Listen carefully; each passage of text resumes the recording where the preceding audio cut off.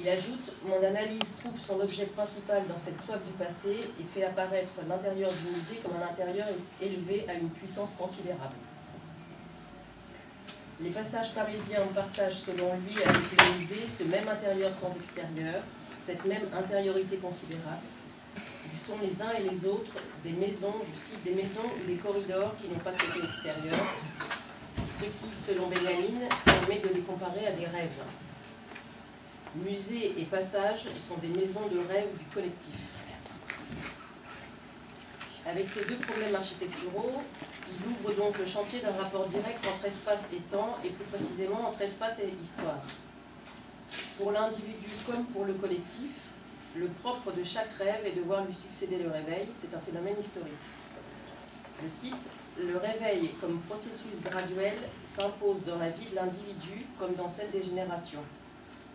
Le sommeil est le stade primaire de celle-ci. L'expérience de la jeunesse, pour une génération, a beaucoup de points communs avec l'expérience du rêve.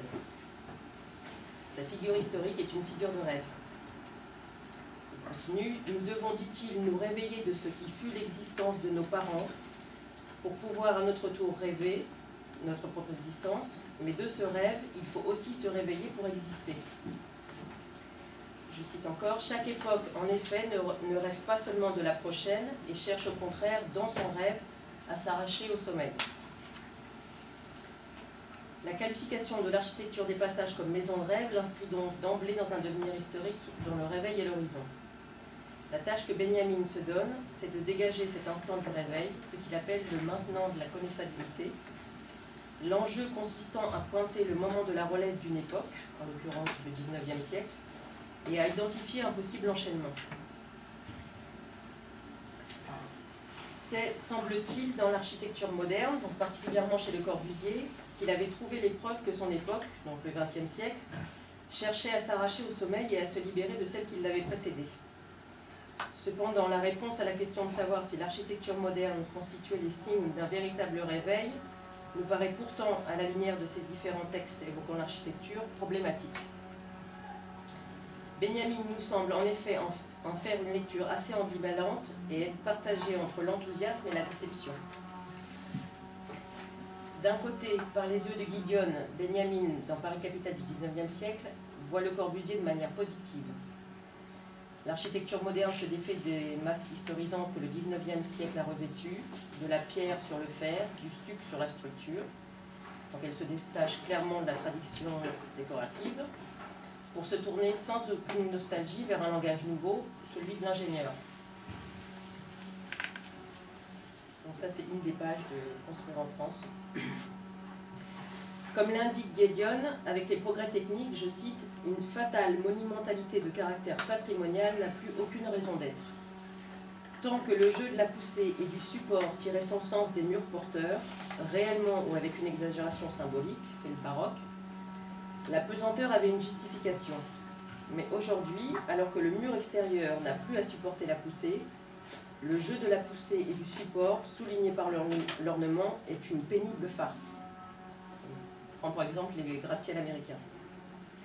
En fait, Gideon est en train de décrire là ce qu'on appelle le mur rideau, c'est-à-dire une façade qui est non plus porteuse, mais suspendue. D'un autre côté, cependant, si Benjamin considère l'architecture moderne comme salutaire, voire vitale, il ne peut s'empêcher de l'envisager aussi comme une irréparable perte. Il écrit dans Expérience et pauvreté, je cite, « Le cours de l'expérience a chuté, et ce dans une génération qui fit en 14-18 l'une des expériences les plus effroyables de l'histoire universelle. Cette dévalorisation n'avait rien d'étonnant, car jamais expériences acquises n'ont été aussi radicalement démenties. Cet effroyable déploiement de la technique plongea les hommes dans une pauvreté tout à fait nouvelle, et cette pauvreté ne porte pas seulement sur nos expériences privées, mais aussi sur les expériences de l'humanité tout entière. Et c'est donc une nouvelle espèce de barbarie. » Fin de citation. Mais selon lui, cette barbarie possède un versant positif. Je cite, « Car à quoi sa pauvreté en expérience amène-t-elle le barbare?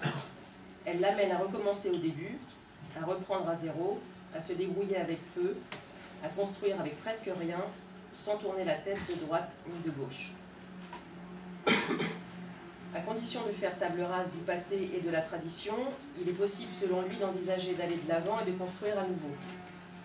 Parmi les grands créateurs ou constructeurs ayant cette capacité, il cite l'architecte Adolf Loos, qui, je cite, repoussait l'image traditionnelle, noble, solennelle, d'un homme paré de toutes les offranses sacrificatoires du passé, pour se tourner vers leurs contemporains qui, dépouillés de ses oripeaux, crient comme un nouveau-né dans les langes sales de cette époque. Pour réaliser ce projet moderne, écrit-il, Le Corbusier et Loos ont recours au verre. Je cite, « Le verre, ce n'est pas un hasard, est un matériau dur et lisse sur lequel rien n'a de prise. Un matériau froid et sobre également. Les objets de verre n'ont pas d'aura. Le verre, d'une manière générale, est l'ennemi du mystère, il est aussi l'ennemi de la propriété. » De la même manière, je cite à nouveau, « Vivre dans une maison de verre est par excellence une vertu révolutionnaire. Cela aussi est une ivresse, un exhibitionnisme moral dont nous avons grand besoin. La discrétion sur ses affaires privées, jadis vertu aristocratique, est devenue de plus en plus le fait de petits bourgeois arrivés. » Ça, c'est une citation de 1929. Mais d'un autre côté, dans son texte « Le caractère destructif », il écrit en 1931, je cite, « Le caractère destructif ne connaît qu'un mot d'ordre, faire de la place, une seule activité, déblayer. Son besoin d'air frais et d'espace libre est plus fort que toute haine. Le caractère destructif n'a pas d'image en tête, il a peu de besoin et surtout pas celui de savoir ce qui viendra à la place de ce qui est détruit. Le caractère destructif fait son travail, il esquive seulement la création. Le caractère destructif est l'ennemi de l'homme étui. L'homme étui cherche son confort et sa coquille et sa quintessence. L'intérieur de la coquille est la trace tapissée de velours qu'il a imprimée sur le monde. Le caractère destructif efface même les traces de la destruction. Comme le souligne Vicente Valero dans son ouvrage « Expérience et pauvreté, Walter Benjamin à Ibiza », ce sentiment d'ambivalence est sans doute particulièrement exacerbé chez Benjamin du fait qu'il séjourne lors de l'écriture de « Expérience et pauvreté » en 1933 dans l'île. C'est en tout cas dans une sorte de temps suspendu entre la guerre de 14 et celle qui était sur le point d'éclater, et dans un lieu, une île, pas encore touchée par la force irrésistible du capitalisme et de l'architecture industrielle, comme un monde retiré du monde, il était sans doute le mieux à même de mesurer l'écart entre l'architecture vernaculaire et l'architecture de son temps. Je cite Valero, « L'habitat rural ibicien, qui ne connaissait ni le verre ni l'acier, bien évidemment, suggéra à Benjamin quelques réflexions sur la modernité, et plus particulièrement sur les pertes que celle-ci entraînait inévitablement. Dans De l'espace pour ce qui est précieux, Benjamin écrit à propos d'Ibiza, je cite, « Dans la maison où il n'y a pas de lit est précieux le tapis avec lequel l'habitant se couvre la nuit. Dans la voiture qui n'a pas de rembourrage, le coussin que l'on pose sur son dur châssis. Mais dans nos maisons bien équipées, il n'y a pas d'espace pour ce qui est précieux, parce qu'il n'y a pas de marge de manœuvre pour ces services. » Ailleurs, il confirme, « D'habitants des maisons, on veut nous transformer en usagers, de fiers propriétaires en dédaigneux utilisateurs. »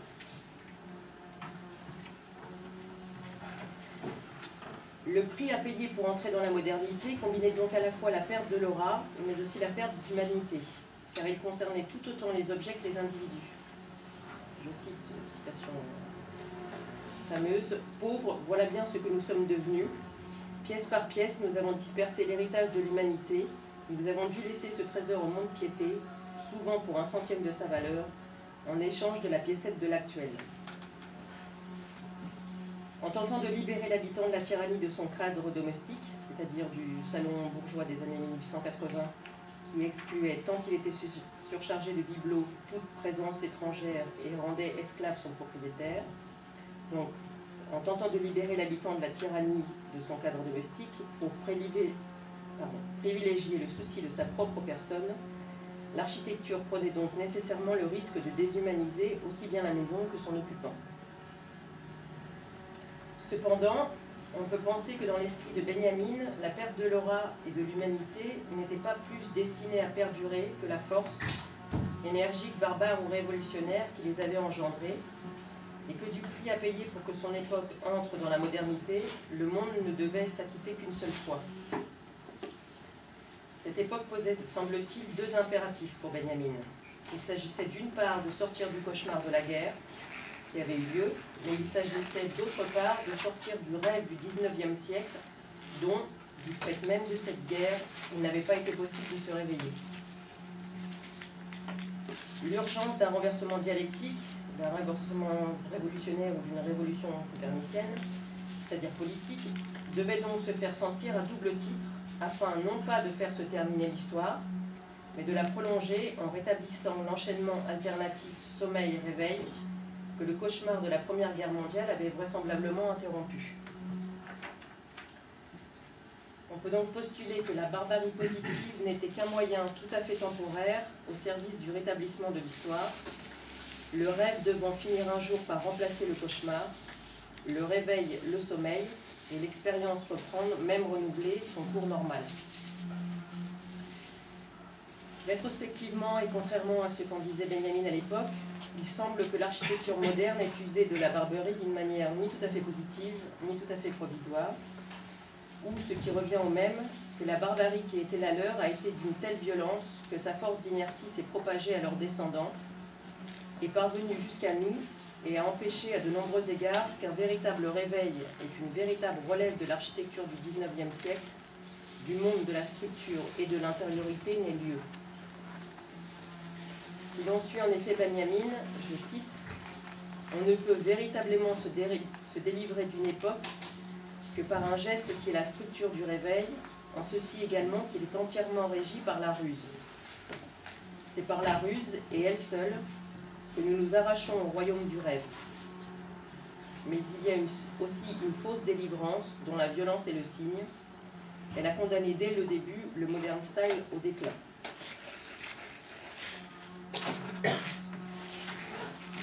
Aux côtés des architectes du mouvement moderne, il présente le modern style comme le représentant de cette violence et de cet effort infructueux pour s'arracher au sommeil.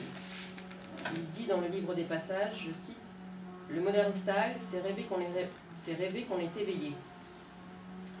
Mais avec la distance critique, il nous semble que l'architecture moderne a révélé qu'elle projetait plutôt là une violence et une incapacité dont elle était elle-même habitée. » Citons les deux aspects les plus frappants de cette violence. L'utilisation généralisée du blanc d'abord, le blanc comme uniforme, et l'éradication de la couleur et du décor. Pour les modernes, en effet, je cite Jacques Solivi, « La couleur libre, livrée à elle-même, est le grand danger. La menace que doit anticiper l'architecture en l'accueillant pour la soumettre et lui permettre de jouer son rôle de faire-valoir du blanc, émousser sa pointe acérée, calmer son rythme effréné qui mettrait en valeur son tropisme décoratif pour la reterritorialiser à titre de valeur déterminée, soumise, conformément à son destin d'ornement. Quantum du paysan, ça c'est une formule de Le Corbusier, la couleur dessine ainsi trois périphéries. Sociale, elle connote alors un goût populaire, tapageur. Sexuelle, elle échoue à la femme à travers le phare. Géographique, la couleur et l'exotisme. Le deuxième aspect de la violence, c'est l'impératif de transparence. Guédion constate, je cite, que les maisons de Le Corbusier ne se les définissent ni par l'espace ni par les formes. L'air les traverse. L'air devient facteur constitutif. Pour cela, il ne faut compter ni sur l'espace ni sur les formes, mais uniquement sur la relation et la compénétration. Il n'y a qu'un seul espace indivisible, les séparations entre l'intérieur et l'extérieur tombent. Mais il n'ignore pas qu'il y a là un danger, je cite, « Il semble qu'il y ait là une limite à ne pas dépasser. Question, habitués que nous sommes à marcher d'un pas pressé, avons-nous assez de force intérieure pour arpenter une de ces terrasses que baigne l'air comme des projecteurs baignent de lumière une scène de théâtre, sans avoir le sentiment d'être sur cette scène? La génération montante d'architectes sent bien que là, il y a danger. » Fin de citation, ça c'était dit Guédion. Comme le souligne aussi Benjamin, le problème de l'architecture de verre et des formes techniques de construction par opposition aux formes artistiques ont ceci de spécifique que leur progrès et leur réussite sont proportionnels à la transparence de leur contenu social. Contrairement à Benjamin, il nous semble donc que Le Corbusier ne constitue pas le réveil tant espéré, mais plutôt une sorte de fausse délivrance du passé et de la tradition. Cette hypothèse nous semble pouvoir être confirmée par le fait que plusieurs architectes, à la même époque, montrent les mêmes signes de violence, faisant prendre à cette fausse délivrance, indépendamment de ces diverses manifestations, un caractère collectif.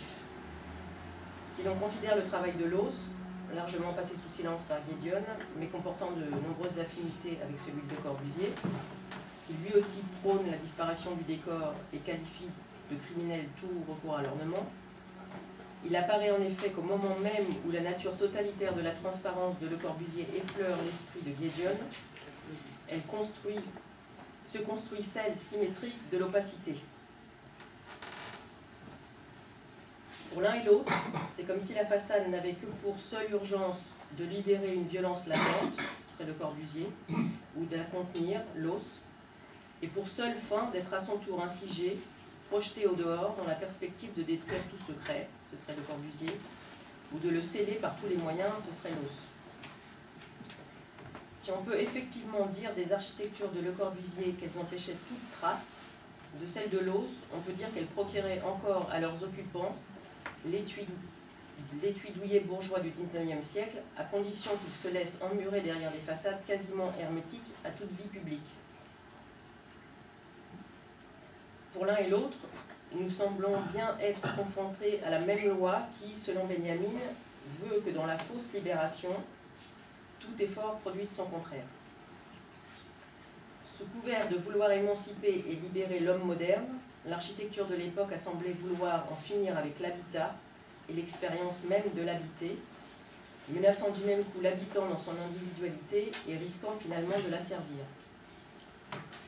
Et malgré leurs efforts, aucun des deux n'a pu se débarrasser du décor, le blanc reste une décoration, même minimale, mais au contraire, ils en ont réaffirmé la nécessité et l'inamovibilité. Aucun des deux n'a pu non plus faire l'économie de la façade, en la faisant disparaître ou en la compassant, pour la soumettre à la seule nécessité ou à la seule structure interne, mais au contraire, ils ont réaffirmé la dimension éminemment vitale de sa fonction d'interface. Cependant, si elle l'a retardée, cette violence n'a pas empêché les architectes modernes de faire un nouveau rêve. Je cite Benjamin, « La pauvreté en expérience, cela ne signifie pas que les hommes aspirent à une expérience nouvelle. Non, ils aspirent à se libérer de toute expérience, quelle qu'elle soit. Ils aspirent à un environnement dans lequel ils puissent faire valoir leur pauvreté, extérieure et finalement aussi intérieure, à l'affirmer si clairement et si nettement qu'il en sorte quelque chose de valable. Ils ne sont du reste pas toujours ignorants ou inexpérimentés. On peut souvent dire le contraire, ils ont ingurgité tout cela, la culture et l'homme, ils en sont dégoûtés et fatigués. À la fatigue succède le sommeil, et il n'est alors pas rare que le rêve nous dédommage de la tristesse et du découragement de la journée, en réalisant l'existence très simple, mais vraiment grandiose, que nous n'avons pas la force de construire dans l'état de veille. C'est pourquoi pour lui, si chaque époque a un côté tourné vers la veille, qui est son côté adulte, elle conserve toujours un autre côté tourné vers des rêves, qui est son côté enfantin. C'est, on peut en faire l'hypothèse, ce que Benjamin avait vu ou pressenti dans l'œuvre de Le Corbusier. Cette fausse délivrance masquait malgré tout une ruse qui le concernait directement et était susceptible, elle, d'annoncer un réveil proche. Effet miroir, en effet, c'est au moment où lui-même, dans la veille, proposait une interprétation du rêve du XIXe siècle, depuis le XXe, qu'il était déjà lui-même avec d'autres en train de rêver le suivant, c'est-à-dire le rêve du XXIe siècle.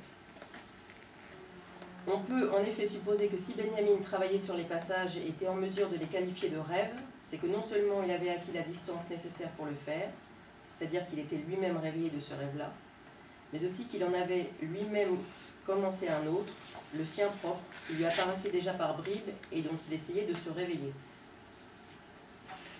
Ainsi, ne pouvait-il pas ne pas remarquer que tandis que d'un côté, les architectes tels Loos et Le Corbusier construisaient leurs édifices selon les lois rigoureuses du mouvement moderne, lois qu'ils avaient eux-mêmes édictées et lois du marché et de l'industrie et de leurs aînés auxquels ils avaient eux-mêmes choisi de se soumettre, de l'autre, en contrebande, ils faisaient état dans leurs écrits d'une préoccupation plutôt incongrue mais néanmoins partagée et quasiment obsessionnelle pour le vêtement. Pendant que dans le monde de la veille se fabriquaient des édifices rationalistes aussi faciles à assembler qu'un avion ou qu'un paquebot,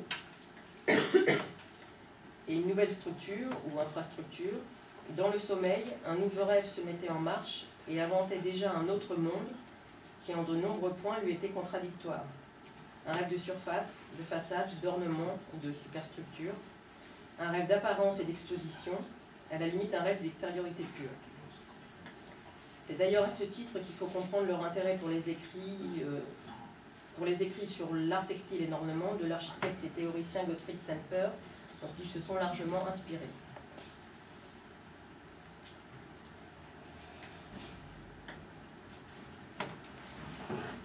De son côté, parallèlement à son travail sur les passages, Benjamin commence à explorer son propre rêve dont il a pris soin de nous laisser des traces.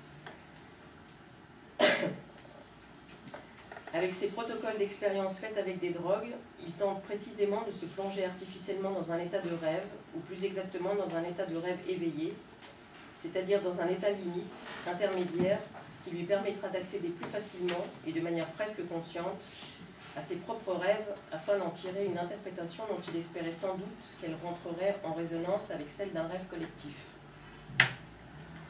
Ces expériences, ce choix de protocole, ce processus de questionnement ont été d'autant plus efficaces qu'ils ont été guidés par l'intuition de la réponse, car je cite, « L'ivresse provoquée par les drogues, explique-t-il, révèle un état plus profond de connaissance.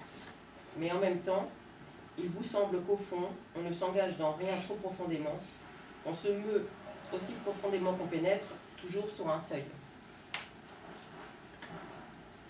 Pour Benjamin, la prise de drogue a en effet pour caractéristique de faire s'attarder le fumeur sur toutes sortes de seuils. Elle provoque toujours un double effet et le plonge toujours dans une même simultanéité maléfique, la chose et son contraire se présentant avec la même netteté et se concurrençant jusqu'au supplice. Mais plus important, avec la drogue, je cite, « il y a communication automatique avec soi-même, des choses prennent la parole sans demander l'autorisation. Ça remonte jusqu'à des sphères très élevées, il y a un mot de passe silencieux grâce auquel certaines choses franchissent le porche. » Ce mouvement, depuis l'intérieur, rencontre son symétrique depuis l'extérieur qu'il explique dans Paris capitale du XIXe siècle. Je le cite. « Notre théorie est que dans les couches oniriques, la réalité, au lieu d'être, simplement, vient frapper le rêveur. Et je traite des passages exactement comme s'ils étaient au fond quelque chose qui m'était advenu. » Avec la drogue, on peut penser que Benjamin cherche à faire coïncider des choses en lui qui prennent la parole sans demander son autorisation, avec quelque chose d'autre de la réalité, après les passages, qui viendrait le frapper. En l'occurrence, et entre autres choses, ce qui franchit le porche quand il se met dans cet état de rêve éveillé, ce qui arrive au seuil qui sépare le sommeil de la veille, ce qui lui arrive dans cet état limite, c'est, comme par effet de mise en abîme, qu'il développe précisément, dit-il, une grande sensibilité aux portes ouvertes, aux fenêtres, aux rideaux et dentelles, aux couleurs, au monde de surface le plus caché et ordinairement le plus inaccessible que représente l'ornement, c'est-à-dire en termes d'architecture à tout ce qui constitue le seuil d'un bâtiment, d'une maison, à tout ce qui s'assemble pour constituer le feuilleté complexe de l'épaisseur de la façade, séparant un intérieur d'un extérieur, toute chose que d'ordinaire, dit-il, nous ne voyons à peine. Lors d'une prise d'opium à Ibiza au printemps 1933, il relate dans Notes sur le croc, prennent place aux côtés de l'ornement certaines autres choses du monde observable le plus banal, qui ne transmettent qu'au croc le sens et la signification qui les habitent. En font partie entre autres les rideaux et dentelles. Les rideaux sont les interprètes de la langue du vent. Ils donnent à chaque souffle la forme et la sensualité des formes féminines. Et ils font goûter aux fumeurs qui se plongent dans leur jeu toute la joie que lui procurait une danseuse accomplie. Le rideau est-il ajouré, il peut devenir l'instrument d'un jeu encore beaucoup plus étrange, car ces dentelles se révèlent au fumeur être des sortes de pochoirs qu'il plaque sur le paysage pour le métamorphoser de la façon la plus singulière. La dentelle assujettit à la mode le paysage qui transparaît à travers elle, à peu près comme la confection de certains chapeaux assujettit à la mode le plumage d'oiseaux ou la floraison. Il y a de vieilles cartes postales démodées sur lesquelles un salut de Bad Ems divise la ville en promenade thermale, gare, monument de l'empereur Guillaume, école de Caroline Hohe, chacun disposé dans son petit cercle bien isolé. Les cartes postales de ce genre sont le mieux à même de donner une idée de la façon dont un rideau de dentelle exerce sa domination dans une image de paysage. Fin de citation. Valero relate ce même événement du point de vue de Jean Sels, l'ami qui fuma ce jour-là avec lui. Je cite, « La cérémonie des deux fumeurs fut célébrée dans une magnifique chambre de la maison de la rue de la Conquista, située tout en haut de la vieille ville et dont les fenêtres dominaient, par-delà les toits des maisons cubiques et blanches du quartier de la Marina, la petite baie où se tient enfermé le port. Le regard porté sur l'extérieur par la fenêtre et le paysage contemplé sous les effets de l'opium devinrent les premiers thèmes de réflexion. Les toits en terrasse, la cour du port et les lointaines sierras enrobées dans les plis du rideau ou capturées par lui se mouvaient en même temps que lui lorsqu'il était remué, mais à peine, par le peu de vent de cette chaude soirée. La ville et le rideau cessèrent bientôt d'être séparés l'un de l'autre. Et si la ville était devenue tissu, ce tissu devint celui d'un vêtement. Il était notre vêtement, mais s'éloignait de nous. Il fut alors observé que l'opium nous déshabillait du pays où nous vivions. Benjamin ajouta plaisamment que nous faisions de la ridologie. Fin de citation. D'un côté, depuis l'intérieur, le rideau métamorphose le paysage, il le prend dans ses mailles et dans ses plis, le découpe et l'assujettit au point où rideau et paysage sont pris dans un même mouvement de plis et de déplis et ne font qu'un. Et d'un autre côté, depuis l'extérieur, la ville devenue tissu éloigne ce même tissu vêtement du corps du fumeur qui, sans lui pour se protéger, a la sensation de devenir nu. Le paysage vole son rideau au fumeur, comme il lui volerait son vêtement, et choisit à son tour de s'emparer et d'en jouer à la manière d'une danseuse exécutant la danse des 7 voiles, séduisant et laissant le fumeur joyeux, mais aussi à découvert et désarmé. Le rideau n'est pas seulement soumis à la souveraineté du dedans ou du sujet, il est aussi ce par quoi le paysage, se l'appropriant, décide de nous apparaître et de s'imposer à nous. Dans son ouvrage sur le hashish, Benjamin explique cela autrement. Je cite, « Il est connu que lorsqu'on ferme les yeux et qu'on appuie légèrement dessus, apparaissent des figures ornementales sur la forme desquelles on n'a pas d'influence. Les architectures et constellations spatiales qu'on voit devant soi dans le hashish sont à l'origine quelque chose d'apparenté à cela. Quand et sous quelle forme surgissent-elles? C'est de façon d'abord involontaire, quand elles surviennent foudroyantes et impromptues, puis, une fois qu'elles sont là, arrive l'imagination plus consciemment ludique qui prend certaines libertés avec elles. Les couleurs et les motifs qui sont capturés par le rideau ne sont plus uniquement un revêtement que le fumeur applique aux formes du paysage à la manière d'un peintre, mais ils jaillissent de l'opacité et de la compacité de la matière, vivent par eux-mêmes et viennent jusqu'à lui à travers les mailles du rideau. De là, je cite, un effet incroyablement fort sur le fumeur, un effet presque anesthésiant. Benjamin relate lors de la même soirée, je cite, « Ce qui distinguait les couleurs m'a paru en ceci qu'elles possédaient avant tout une forme, qu'elles se faisaient parfaitement identiques à la substance où elles apparaissaient, tandis qu'elles se présentaient tout à fait semblables sur les différentes substances, par exemple un pétale et une feuille de papier, elles apparaissaient à titre d'intermédiaire ou d'entremetteuse des domaines de la substance. C'est seulement par elles que les substances les plus éloignées pouvaient fusionner entièrement. » Fin de citation. Le rideau n'appartient donc ni au dedans, ni au dehors, ni au sujet, ni à l'objet. Il est l'interface, le plan intermédiaire qu'ils se partagent, ce par quoi, dans un mouvement alternatif et tournant, chambre et ville, dedans et dehors, surface et profondeur, couleur et forme peuvent se mettre en rapport. La condition pour que cette expérience ait lieu, c'est la suspension et le jeu. Du fait d'être suspendu et non fondé, le rideau peut occulter la fenêtre et fermer la chambre, ou bien au contraire, à la faveur du vent, faire entrer la ville à l'intérieur ou faire sortir Benjamin dehors, selon une pluralité infinie d'états intermédiaires. Et comme l'expérience de l'ornement, l'expérience du rideau dans l'ivresse réactive je cite Benjamin, le sentiment profond de bien-être que nous avons pu observer dans les années d'enfance et dans la fièvre, du fait de leur dimension polysémique.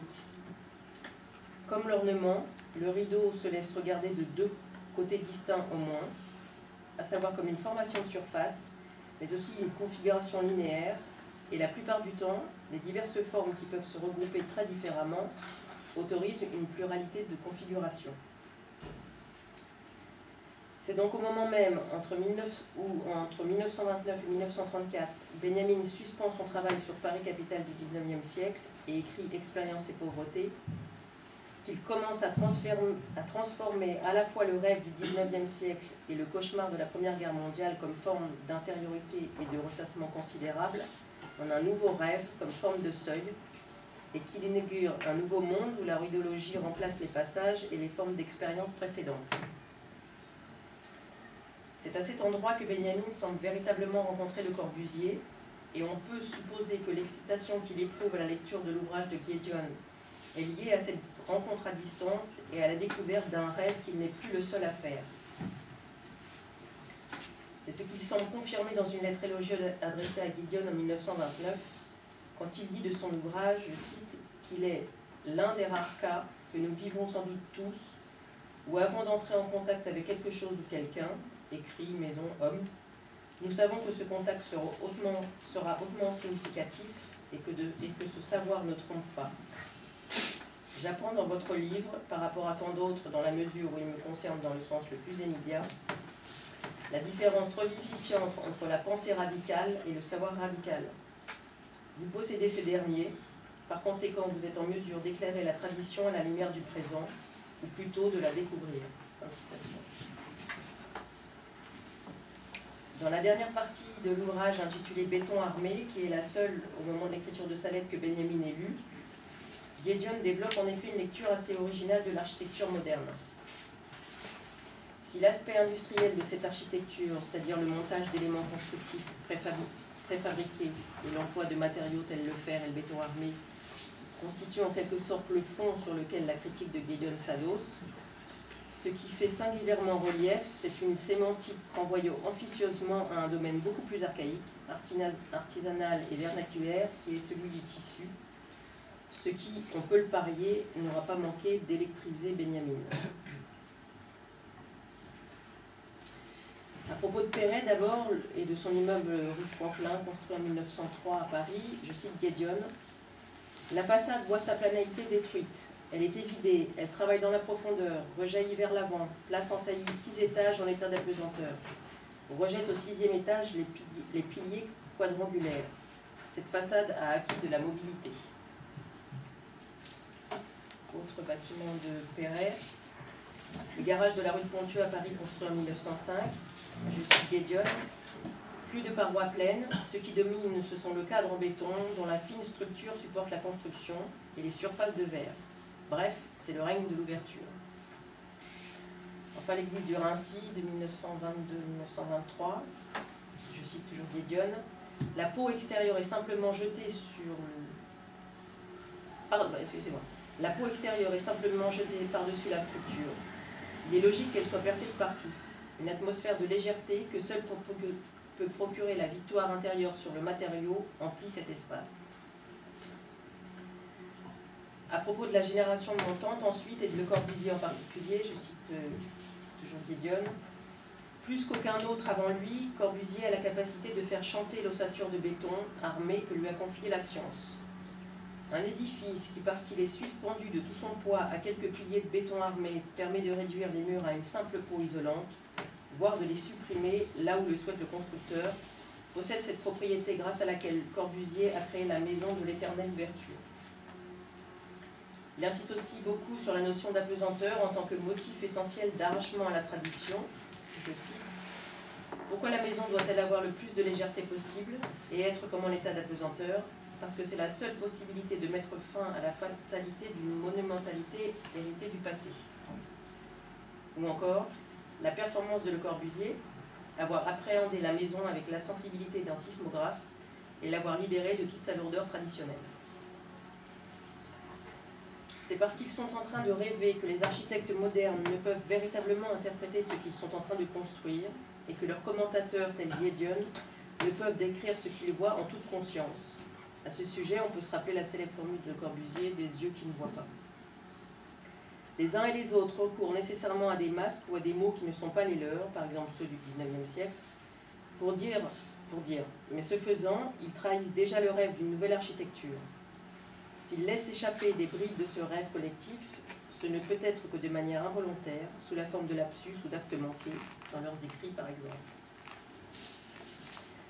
À travers ces silences ou ces masques, comme symptômes d'un rêve en train de se faire, comme à travers les mots d'un patient en cure, il ne peut, même s'il en est beaucoup question dans leurs écrits, être question de vérité ou de mensonge, de transparence ou d'opacité délibérée, mais seulement d'une sorte de filtre au travers duquel suintent leurs rêves et leur inconscient, comme à travers les mailles d'un rideau. C'est ce que confirmaient Giedion et Benjamin citant Giedion, qui, croyant décrire l'expérience esthétique de l'époque par les nouvelles possibilités d'ouverture et l'effacement complet des frontières, en décrivaient en fait à leur propre insu un autre.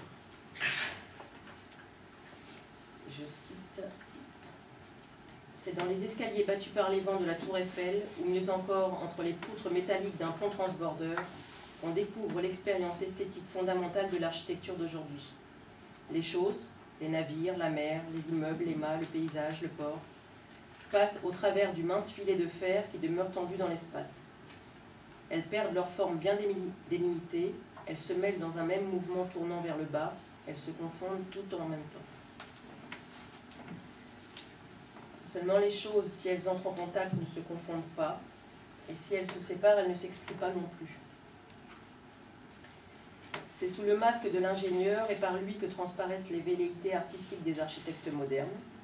Derrière le masque distursif de l'industrialisation de l'architecture et du progrès technique, derrière le nouveau construire, apparaissent une nouvelle esthétique et un nouvel ornement.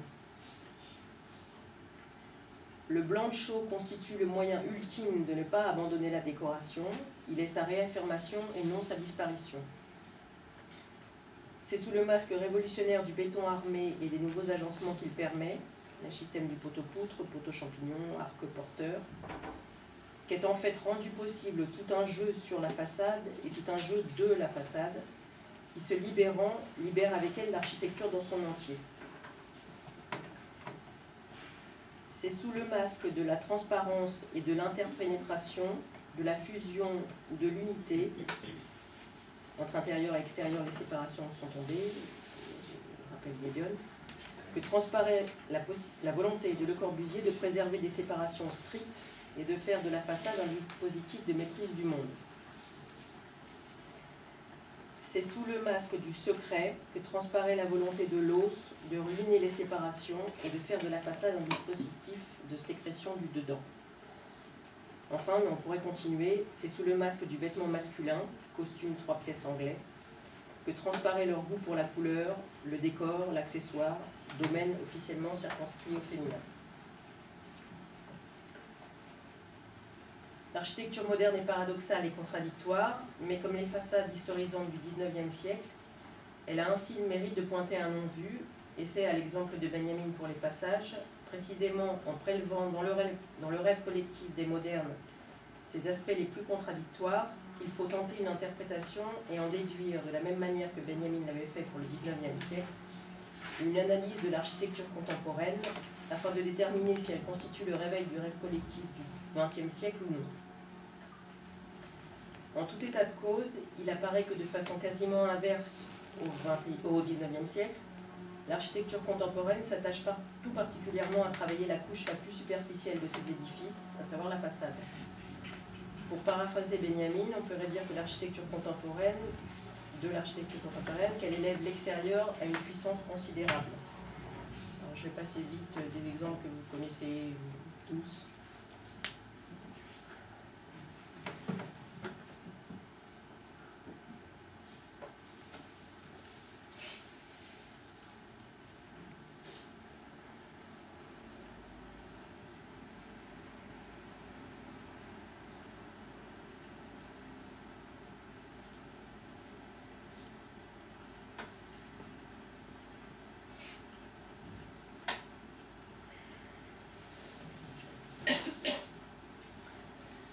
Comment, dans ces conditions, faut-il alors relire le projet de Benjamin de radicaliser la thèse de Gideon?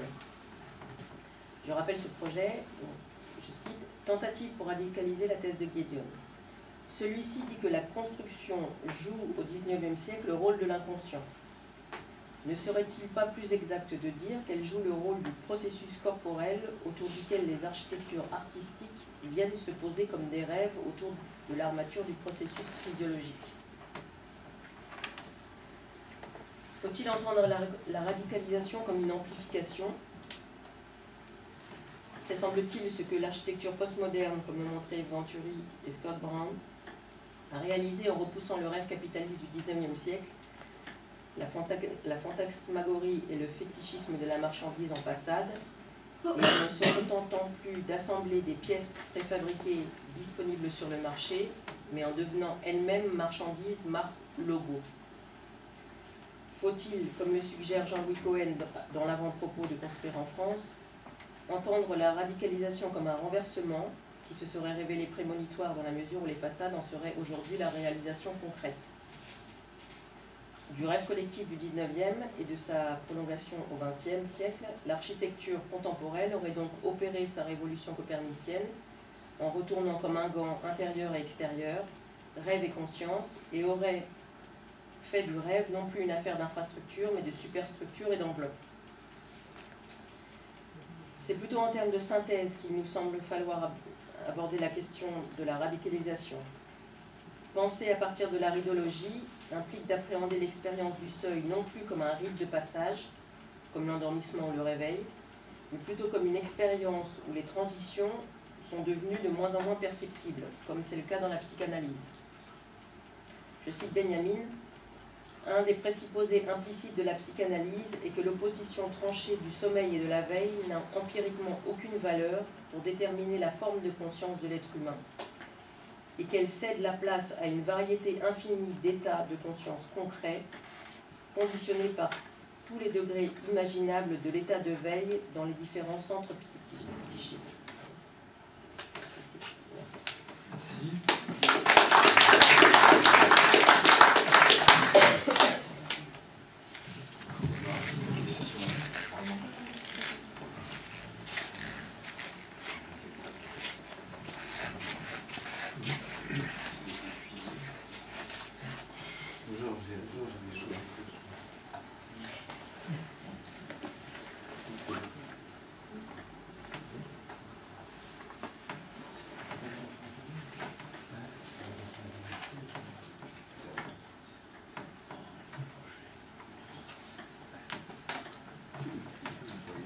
Personne.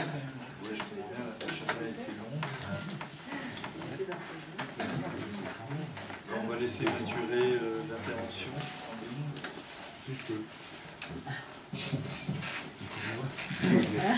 La seule chose que j'ai à dire, c'est que je n'étais pas d'accord. Parfois, vous avez comme plaqué l'eau sur le Corbusier. Et ça, à mon avis, c'est une erreur de Gideon. Et on ne peut plus la faire aujourd'hui. Donc ça, c'est le seul point que j'aimerais en dire. Parce que l'os vient d'une tradition vraiment viennoise, ça vient des Imbert, ça vient de la théorie du revêtement, c'est passé par Otto Wagner, etc. Donc il y a toute cette qualité-là. L'étui, d'ailleurs, n'est pas simplement bourgeois, il est intéressant. Et l'extérieur est comme une protection aux aspérités de la ville, et à la violence de la ville. Et à mon avis, le discours de Le Corbusier est complètement différent. Et vous le faites d'ailleurs, c'est un discours sur la transparence et tout. Mais moi, à mon avis, vous auriez intérêt à séparer ces deux apports. Et d'ailleurs, la manière de composer l'architecture et même le plan s'appelle différemment, parce que le Corbusier ne pense qu'en transparence d'espace, tandis que il y a le concept de Raumplan chez Loos, qui montre bien qu'il avait une approche complètement différente. Mais en fait, ce qui me faisait les rapprocher, c'était leurs écrits sur l'art décoratif, sur le vêtement. Voilà, c'est là le point de contact que je voyais aussi avec Salper. Non, mais c'est tout.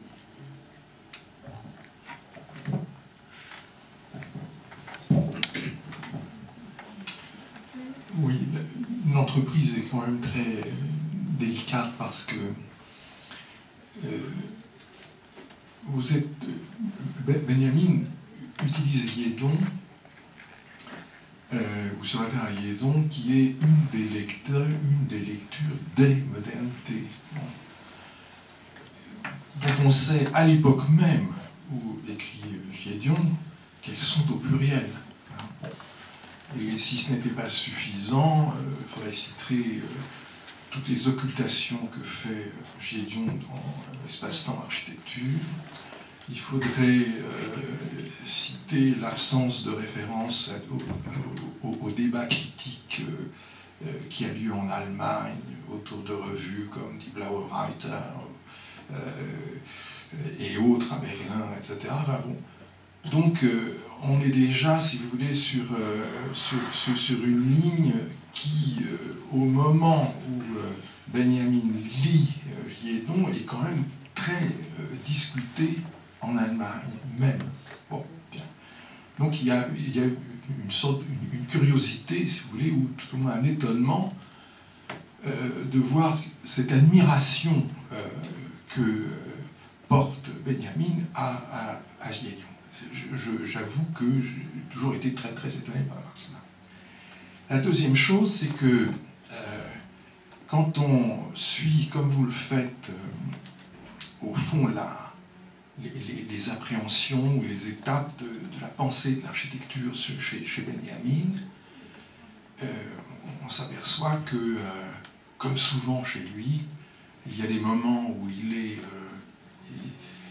il ingère un auteur, il est dedans, il est complètement... il se fait Guédon, d'une certaine façon, mais quand on regarde d'assez près, il y a toujours une petite musique ou une distance qui apparaît à un moment donné, c'est une note, vous voyez, on voit qu'il y a du doute toujours, il y a de la distance. Hein, bon. Oui, enfin, bon, je peux donner une référence. Parce qu'il y a un auteur qui a bien décrit, à mon avis, ça, hein, c'était Jean-Michel Panier, qui avait bien marqué ce côté ingestion des auteurs, dans lequel Benjamin. Et alors, ce qui, moi, je comprends très bien le sens de votre propos, mais je crois qu'il y a un passage célèbre, et un texte célèbre sur l'architecture chez Guédon, dont vous ne parlez pas, voilà, et qui est ce petit passage étrange de l'œuvre d'art, où un paragraphe d'une quinzaine de lignes, Guédon, vous voyez, moi aussi, Benjamin décrit une expérience de l'architecture hors temps. Depuis tout temps, là, on a aperçu l'architecture.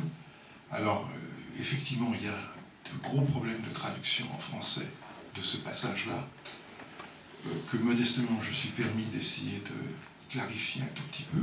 Bon. C'est l'expérience d'une perception dans la distraction, dis-traction, hein, bon, voilà, pour l'écrire. Et il en fait, d'une certaine façon, le paradigme de la perception que l'on a du film. Alors, moi, je me demande si, justement, cette expérience en commun, cette expérience de la distraction qui, pour... c'est le texte de 36, on parle déjà, hein, enfin, de l'œuvre d'art, les reprises de 39 aussi. Bon.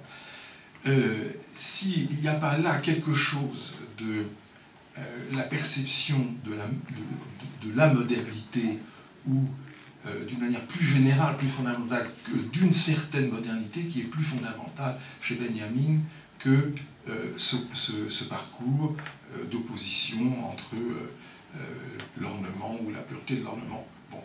D'autant plus qu'il n'est pas interdit, si vous voulez, quand même, quand je pense à l'os, vous avez montré la maison Huller, la Vienne, hein, bon, il n'est pas interdit de mettre les photographies où il y a le bas-relief inclus dans la façade. Enfin, bon, je crois qu'il faudrait quand même interroger aussi ces aspects du temps ou de l'histoire ou de la référence archéologique qui sont effectivement placés dans ces architectures, et dedans et dehors. Bon.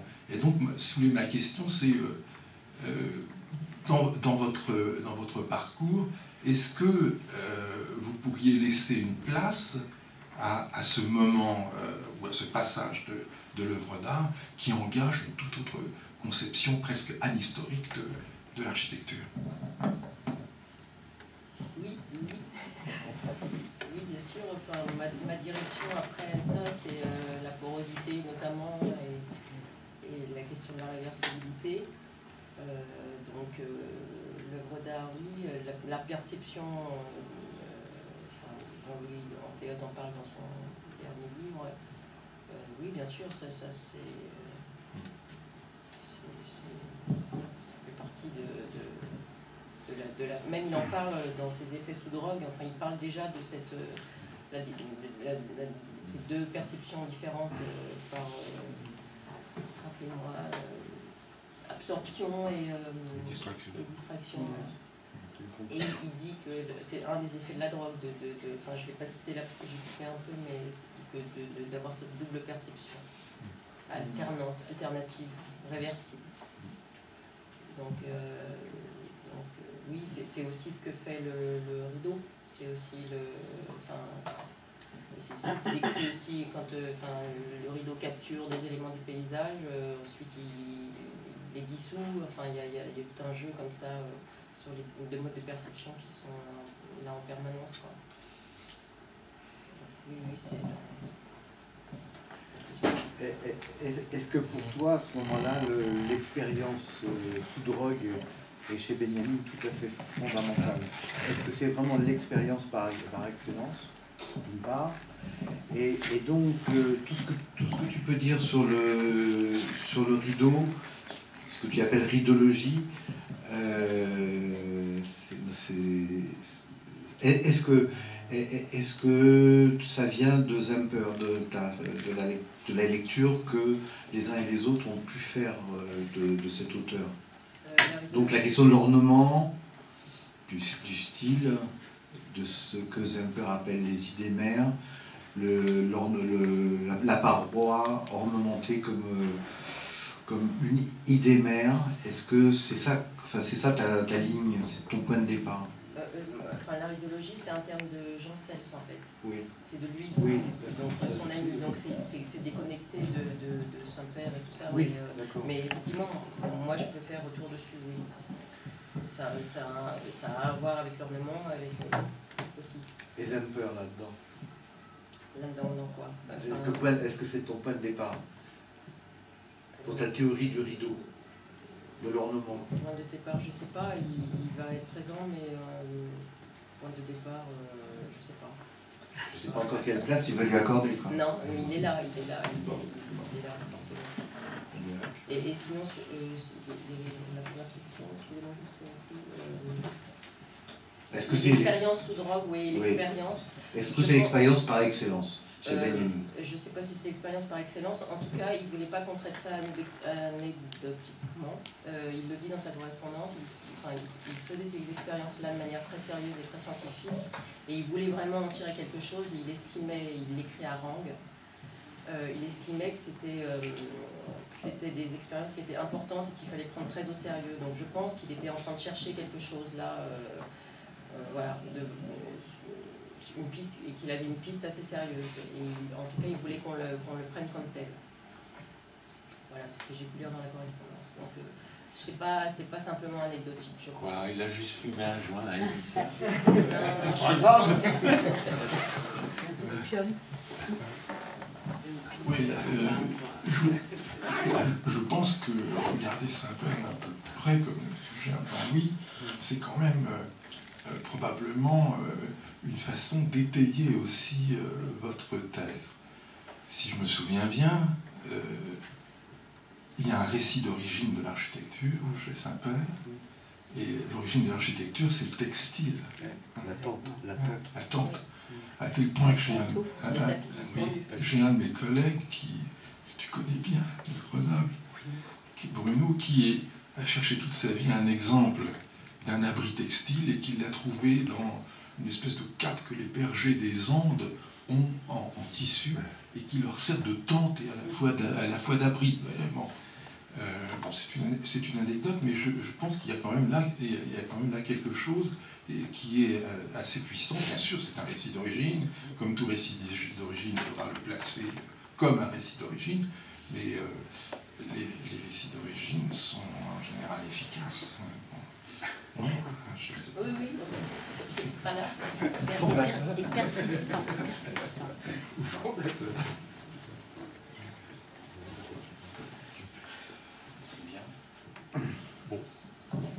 Écoutez, il reste qu'à remercier tout le monde. Moi, je voudrais remercier Jean-Louis Deshottes qui nous a réunis pour ce colloque et pour demain aussi. Je voudrais remercier tous ceux... Alors oui, il faut... Non, mais surtout les deux organisatrices. Et voilà, je voulais remercier... Laurence Manès, Ingrid. Voilà, qui est là. Qui sans elle, les choses n'auraient pas fonctionné. Donc merci beaucoup. Et l'infrastructure de la MSH. Et le fait que ce colloque aurait dû se passer dans le nouveau bâtiment de la MSH, il était prévu pour se passer là-bas, pour inaugurer le bâtiment, qui est là, est inhabitable pour l'instant. Pour l'instant, le bâtiment existe, mais il n'y a pas d'électricité. Enfin, si vous avez l'occasion d'aller le voir, allez le voir, parce qu'il est quand même spécial. En allant prendre le métro. Les soviétiques. En allant prendre le métro. Alors, en allant prendre le métro, vous verrez. De la bonne époque. Nous devions encore passer Années le 80. juillet, mais je vous propose d'aller voir la Cinémathèque. Il s'est fait un peu tard, qu'est-ce qu'on pense, Laurent? Je pense que c'est une chose qui est connue. Hein. Je rappelle, ça s'appelle Lothringen. Lothringen, c'est la Lorraine, hein. De Villers et Straub, et ça fait suite à l'intervention qu'a fait ce matin Alain Bourset. Voilà. Merci. Merci pour cette journée. Merci.